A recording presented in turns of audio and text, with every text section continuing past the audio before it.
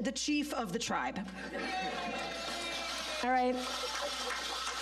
Now, because a latke, that's going to sustain you. You eat 2 or 3 latkes and you have had your meal. You eat 2 or 3 hamantash and I don't want to talk about what happens.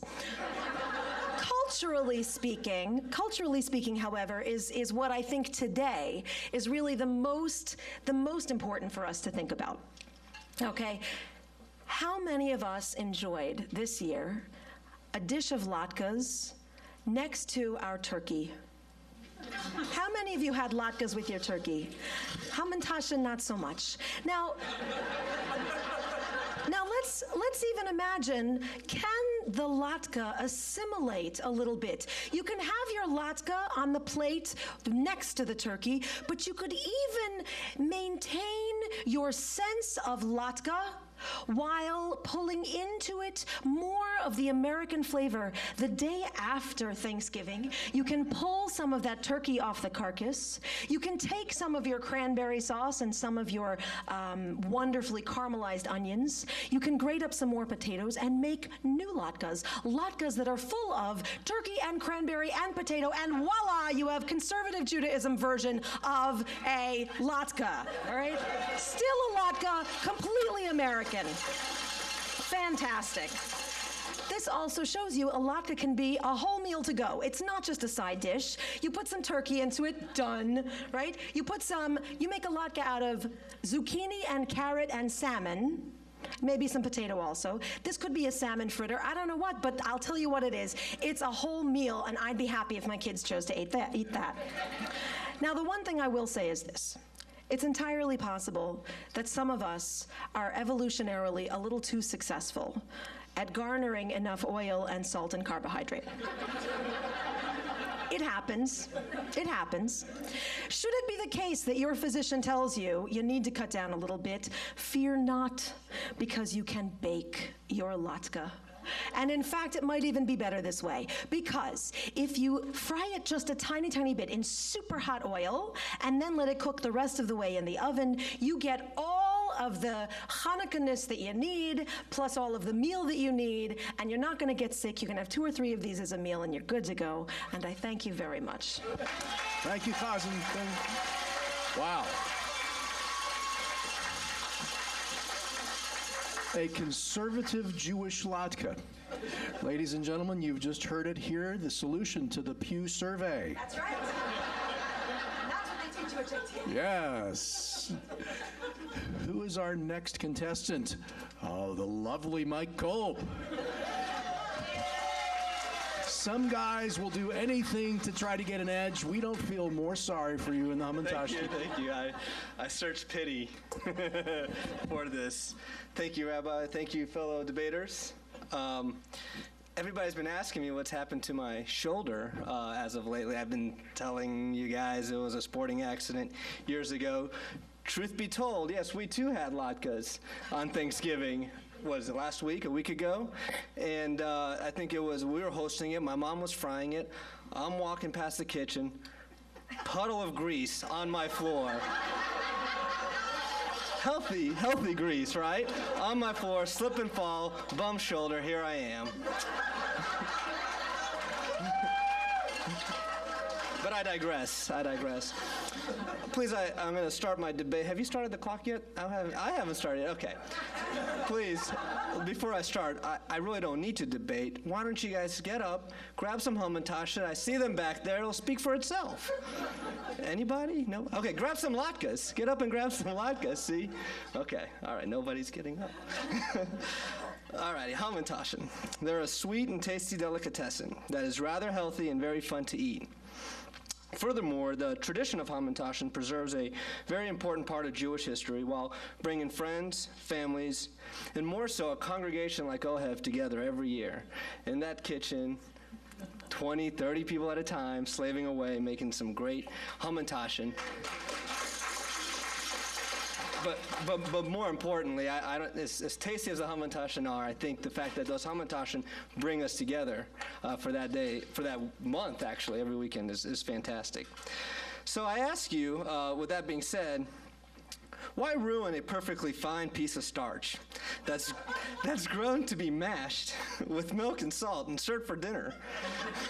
The pride of Idaho does not deserve to be flattened like a pancake, soaked in grease, and then just to be masked with applesauce or worse yet, sour cream.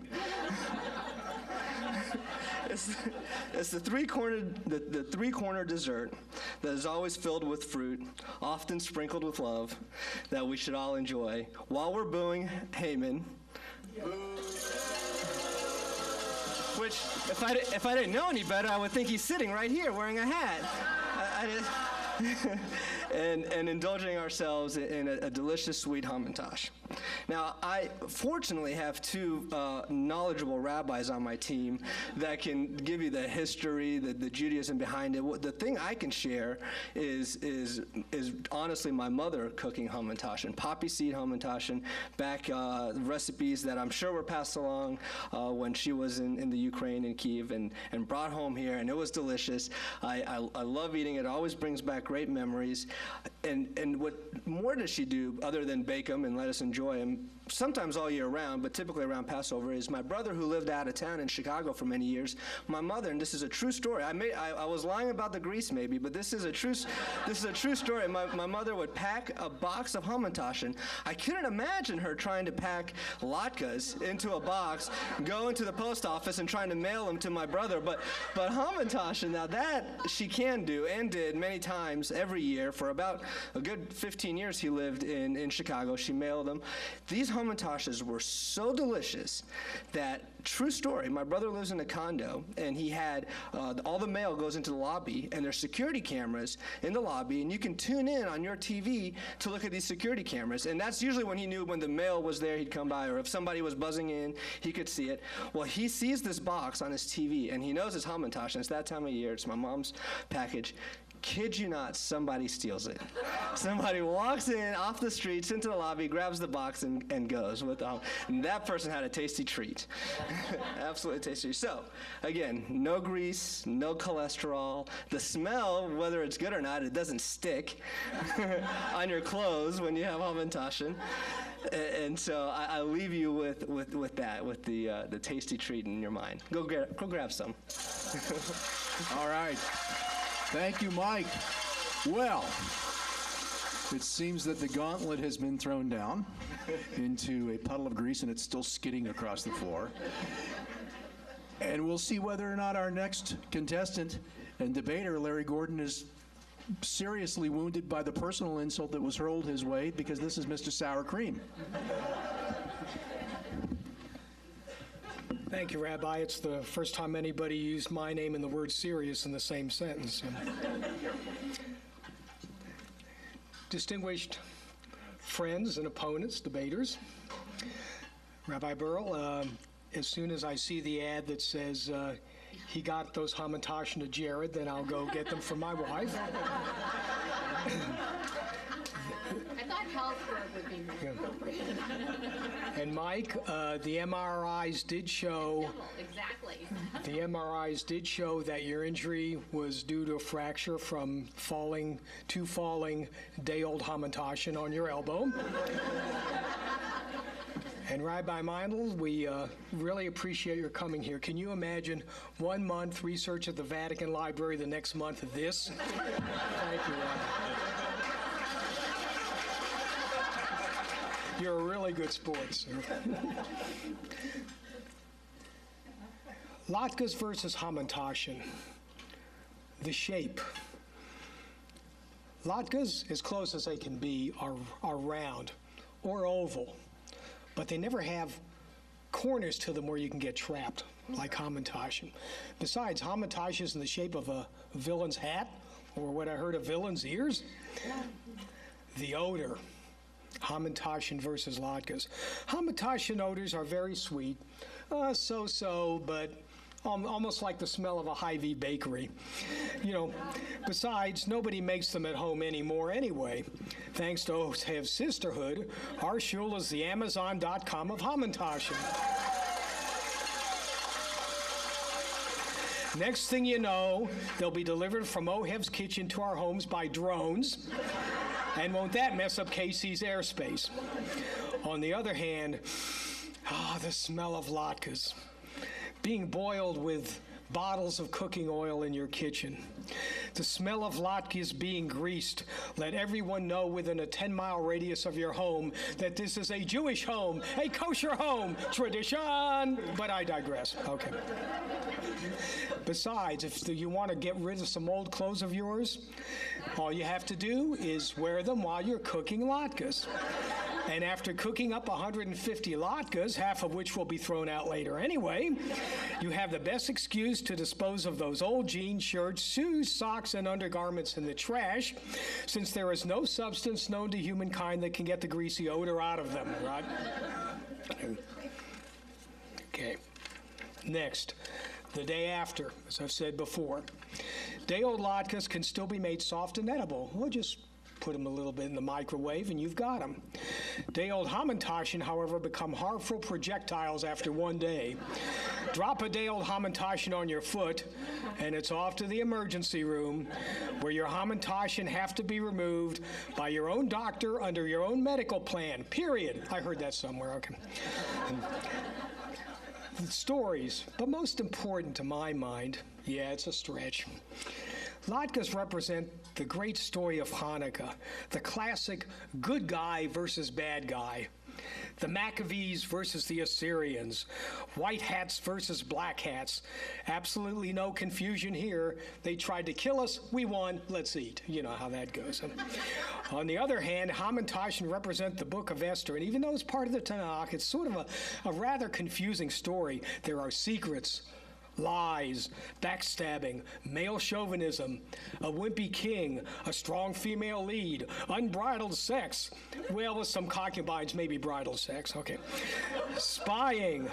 Can't tell the heroes from the villains until the very end. Heck, the book of Esther is nothing more than the pilot episode of The Good Wife. Latkes are king. I rest my case.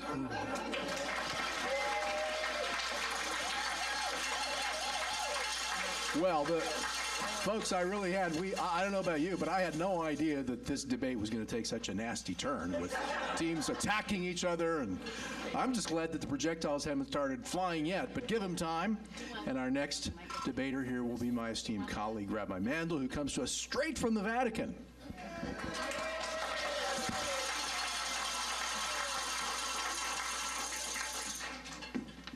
Well, I think this is, which is not surprising for me, will be a little bit more serious than some of my predecessors. But I will say one thing for Hamantashen, compared to latkes, this is the only interfaith Jewish food there is. The Father, the Son, the Holy Ghost.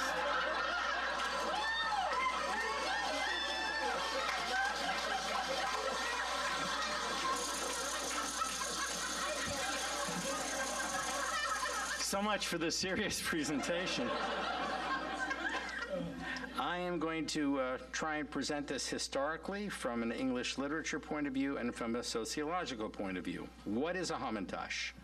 Three-cornered pastry, has no single property, rather like pluralistic, like America, derives its essence from its different parts, made up of two equal sections, the crust and the filling. Neither one has to give up anything in order to be part of the whole. Unlike latkes, the symbol of the melting pot, with its narrow definition of American identity, the Hamantash does not require people to subject themselves to meltdown, burning, frying, heartburn, splashing, nor does it force them to have their cultures and customs beaten out of them and amalgamated in a bowl or a frying pan. Rather, it offers a culinary, cultural metaphor of gently wrapping the dough of America around an almost infinite array of fillings, and thus proving that diversity can be folded into the American system without surrendering its integrity and authenticity. Indeed, aesthetically, the Hamantash incorporates more elements of a robust creative process than the lame latke. Simply compare and contrast the elegant steps necessary to mold a Hamantash with the messy ones, messy hands splattering, implicated in preparing the latke. Flour, eggs, water, oil, to knead, to shape, to fill with. and to cook. Actually speaking, the Hamantash bakes in silence, akin to the workings of the mysteries of the universe, light, gravity, and consciousness. In other words, a Hamantash is no less than an objective correlative for the unbearable lightness of being. And I'll bet you didn't know that Shakespeare really spoke about Hamantashen. Shall I compare these to a hot latke? Thou art less fattening, more digestible, while heartburn is a latke eater's lot, a fatal fact quite incontestable, consumed by that which he is nourished by, the glutton soon cries out in vain, surcease, and then his appetite and he both die, as martyrs to an overdose of grease. But thy eternal summer shall not fade, immortal poppy seed, O Hamantash. The gourmet's appetite thou near doth jade, when happily he hath thee for a nosh. Thy taste the taste of heaven must foretell, while slippery latkes line the road to hell.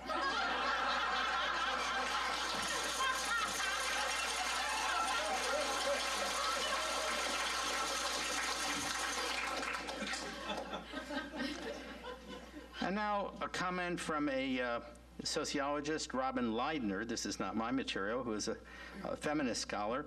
She says, feminist scholars have demonstrated again and again that gender categories are malleable and that variation within genders is virtually always greater than average differences between genders. The Hamantash is a perfect representation of this more flexibility, culturally variable view of gender. For while the Hamantash begins as a circle, which Shapiro tags female, it becomes a triangle through conscious human intervention without ever losing its qualities of circularity. The Hamantash is an inspiring demonstration of the possibilities of overcoming essentialist dualisms. Without the circle, there could be no triangle, and without the triangle, the circle would be empty. The Hamantash provides a vision of human possibility that similarly integrates the strengths that have been attributed to men and women. I leave you with the hope that someday we can all achieve that blending of circle and triangle, the synthesis of smoothness and crunch, the simultaneous embodiment of openness and fullness that we find in the Hamantash. Therefore, the Father, the Son, the Holy Ghost.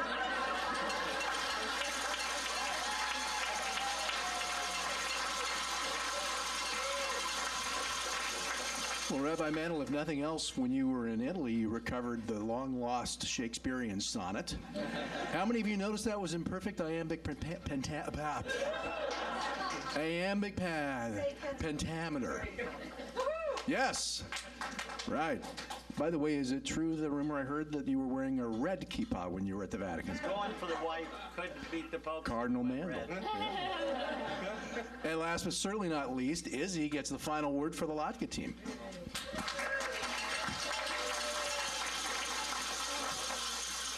I just have to point out that if you remember the Father, the Son, and the Holy Ghost, there's no loyalty there because, after all, they did take the last train to the coast. Now, I had been asked to try to pull something together from my professional background, which is law and history and all that. And so I did a little bit of research, and despite what certain nativists might have you believe about melting pots or forced conformity, when you go back, you find that some of the founders of this nation had to deal with similar issues and similar debates. In fact, before Thomas Jefferson drafted the Declaration of Independence, little known fact, he actually was involved in a precursor to the Latke Hamantashen debate, and he drafted the Declaration of Indy Latkes. And I know we have a certain amount of time here, so I'll try not to belabor the point, but there are a couple of excerpts that I thought might help explain what's really at stake here. And Thomas Jefferson wrote, "When in the course of human events, it becomes necessary for one people to discuss the strengths and attributes of cherished holiday treats, and to declare among the peoples of greater Kansas City the special and valued merits of a shredded potato confection. A decent respect to the opinions of mankind requires that they should declare the causes which impel them to prefer the latke." Now, he's sitting there at 7th and Market Streets in Philadelphia. I didn't even know he was involved in this. But then he continues, We hold these truths to be self-evident, that all people are created equal, that we are endowed by our Creator with unalienable rights. Among these are life, liberty, and the pursuit of round, fried foods and pancakes. That to secure these rights, latkes are instituted among the Jewish people and their friends, inclusive yet retaining identity, deriving their just powers from the relative proportions of applesauce and sour cream. And that whenever any form of pastry, especially with points, becomes destructive, it's the right of the people to forswear those pastries and develop new forms of tubers and root vegetables, yucca roots, spinach, and indeed any type of edible tubers or shredded vegetables, as shall seem likely for them to be happy. Now, I was really struck by this because, I have been I am into history, I like that kind of stuff, and it was very inspiring, but I wasn't sure, is this just a flash in the pan, or has there been another, set of great Americans who have looked at these issues? And I looked, and mindful of the time, I came upon a great speech by Daniel Webster. Now, I'm not sure if anybody here may be an alum of Dartmouth College, but some of you may be vaguely familiar with what was called the Dartmouth College case. But before Webster argued the Dartmouth College case in the Supreme Court, there was actually, because there's so much snow up in Dartmouth, Hanukkah sometimes they were celebrated for 20 days, 30 days. They made lots of latkes. And the authorities were concerned about that, and they moved to force Dartmouth College not to make latkes. And Daniel Webster went, and he argued what's known as the Dartmouth latke case. And what he said to the Supreme Court, in just an excerpt, "This, ladies and gentlemen, is my case. It's the case not merely of one humble pastry. It's the case of every latke in the land. In fact, it's the case of every round comestible among our people. Latkes, sufganiyot, even in some cases, blintzes. Of all those great oil-laden foodstuffs founded by our ancestors. It's in some sense, he said, the case of every New Englander. But by that, I think he meant every person. You have to understand this in a universalist context. Shall our great debaters be allowed to take Hamantashen, sharp, pointy, dangerous, use their points for evil, and destroy that which we hold dear? He said, ladies and gentlemen, you may destroy our latkes. They are weak. But remember, they are, as I have said, a small foodstuff. But yet, there are those who love it. Now, and then last, I looked on, and even Abraham Lotkin, and all he had to say on this topic, eloquent as he always was, the world will little note nor long remember what we say here. But it can never forget what the Maccabees did there, and we must do our part as well. Thank you.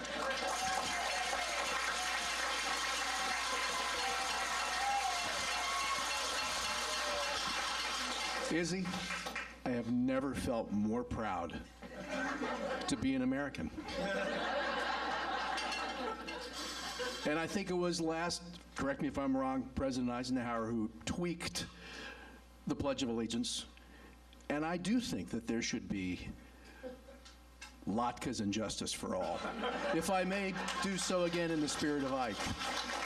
So thank you. I'm overwhelmed, folks, by the wisdom and insight of our debaters today.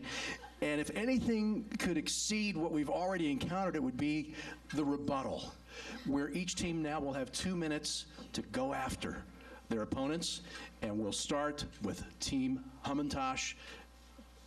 We're going to divide We're going to divide the rebuttal, okay? Our first rebutter will you want to speak from your seat, and I'll give you the microphone.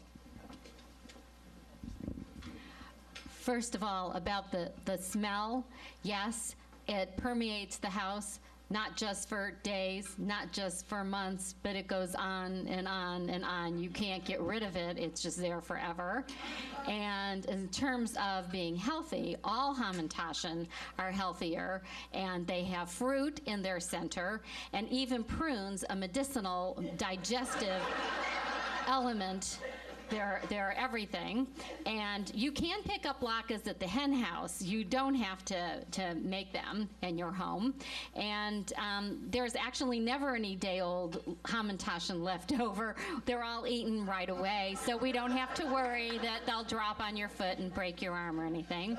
And the one thing you left out was that Thomas Jefferson had an addendum, and also there was a further later on Supreme Court ruling that said after, eating the latkes and the bad effect of that and the oil and everything, that there was a new ruling that the Hamantashen were preferred.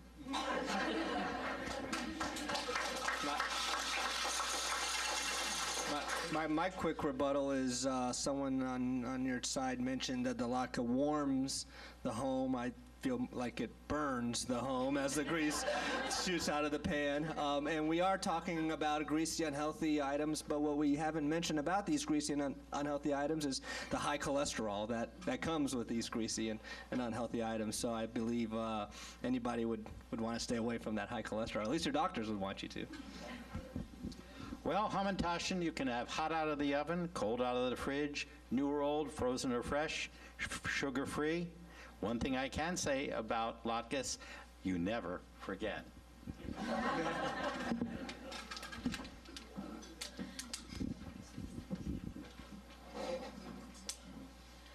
So it seems to me that we're on, okay. So I'm the only one rebutting for our team. And what I'll say is this. If you think there's never a leftover Hamantashen, I've never seen a leftover latke. Fresh out of the pan. They go like that. Earmuffs, chief logo, earrings, Magen David breastplate. None of these really is an argument to eat a Hamantashen. I'm very sorry. You slip and fall in oil, and then later on you say you're lying about the grease, maybe leads me to wonder how much of what you said might have actually been true or at all. I'm very, very sorry. I'm just putting that out there. I will, however, give you that you can pack and send Hamantashen, and I am very sorry that your brother's Hamantashen were stolen. That is low down and dirty. Really? The Father, the Son, and the Holy Ghost?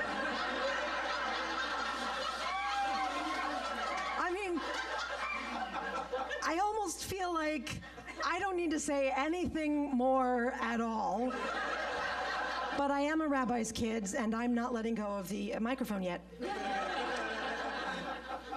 In terms of burning your home or splattering, there is something to be said for technique and finesse.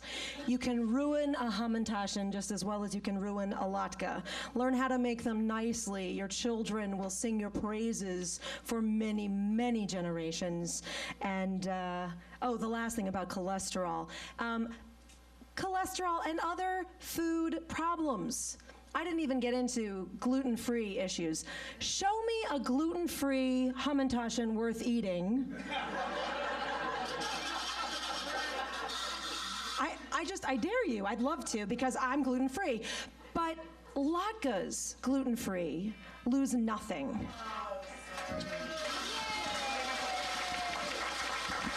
Okay. And now we turn to you. I have a microphone. It travels. Anyone who has a piece of information from perhaps Chaucer? Who would like to say a word about their preference and why?